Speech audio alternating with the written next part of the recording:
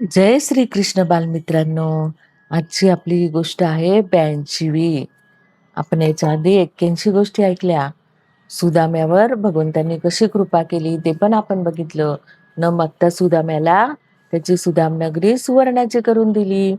आणि आता आजच्या गोष्टीचं नाव आहे वज्रवासी बरोबर भेट.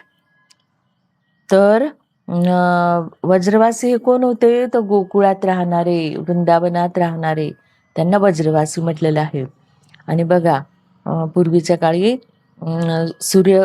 सूर्यग्रहणाचा एक दुर्लभ मुहूर्त उपस्थित झाला. असा मुहूर्त केवळ प्रत्येक कल्पाअखेर किंवा ब्रह्माच्या दिवसाअखेर येत असतो. आणि मग सूर्य एका महामेघाने आच्छादित होतो आणि अखंड पडणाऱ्या पावसामुळे तलातलापासून सूर्यलोकांपर्यंतचे सर्व ग्रहलोक आवृत्त होतात. आणि मग अशा सूर्यग्रहणाच्या वेळी सगळ्यांनी तीर्थस्नानाला जाण्याचं ठरवले. आणि ते तीर्थस्नान कोणते माहिती आहे का तुम्हाला? ते आहे कुरुक्षेत्र. कुरुक्षेत्रावर पोचल्यावर सगळे तिथं कोण कोण आले? तर सर्वे हस्तिनापूरचे पितामह भीष्म, द्रोणाचार्य, कृपाचार्य, युधिष्ठिर, पांडव, कुंती माता, गांधारी माता हे सगळे आले. आणि गोकुळातल्या सगळ्या गोपी आल्या. आणि द्वारकेहून कृष्ण भगवान, उग्रसेन, परत सगळे त्याच्या राण्या कृष्णाच्या, आणि सगळे हे पूर्ण गो सोन्याची द्वारका, सगळे द्वारकावासी त्या तिथे आले.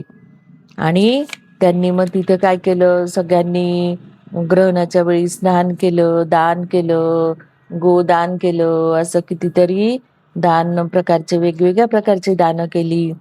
आणि कुंती देवी वसुदेवांना भेटली किती वर्षांनी.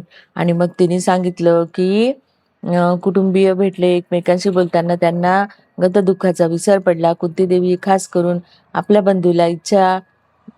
बंधूला वसुदेवाला म्हणाली, हे बंधू, मी खूपच दुर्दैवी आहे, कारण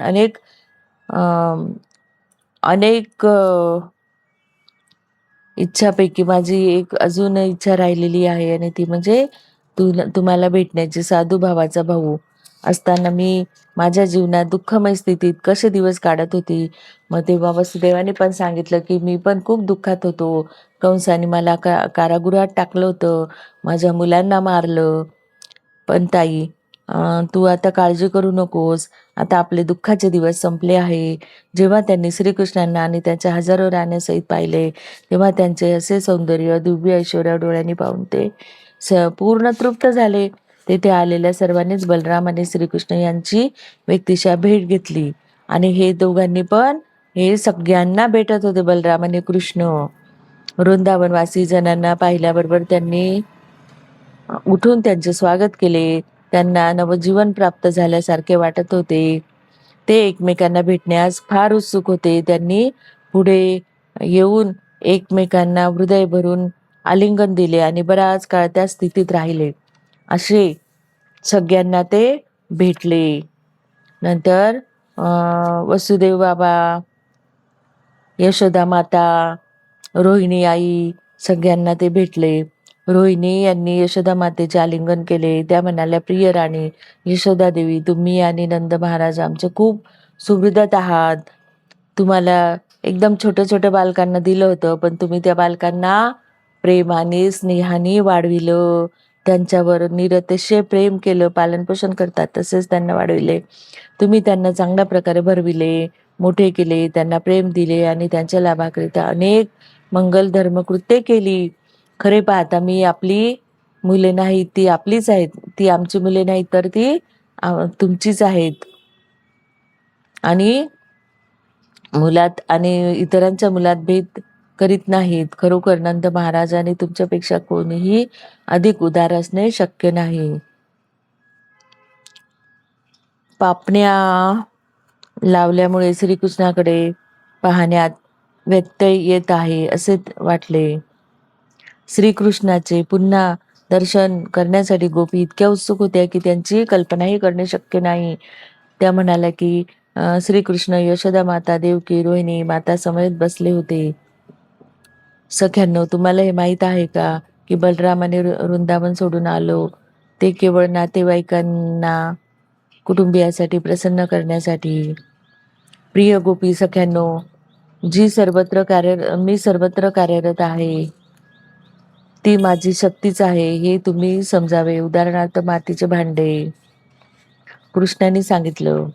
आणि तसंच त्यांनी सांगितलं की गोपी सदैव मुक्त आहेत, कारण त्या पूर्णपणे कृष्ण भावना भावित आहेत. त्या वृंदावनात केवळ संसारी कार्यात रमल्या असल्याचे मिथ्या प्रतिपादन करीत आहेत.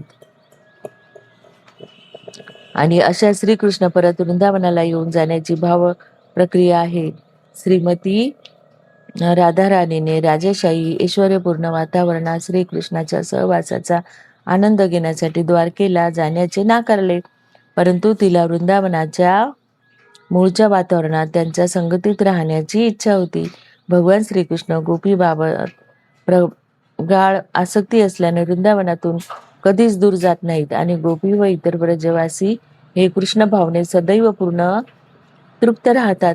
अशा रीतीने कृष्ण पूर्ण पुरुषोत्तम भगवान ग्रंथातील व्रजवासी बरोबर भेट नामक अध्यायावरील भक्तिवेदांत शास्त्र संपन्न. अशा यांनी गोपींना भेटले, याला म्हणतात व्रजवासी भेट.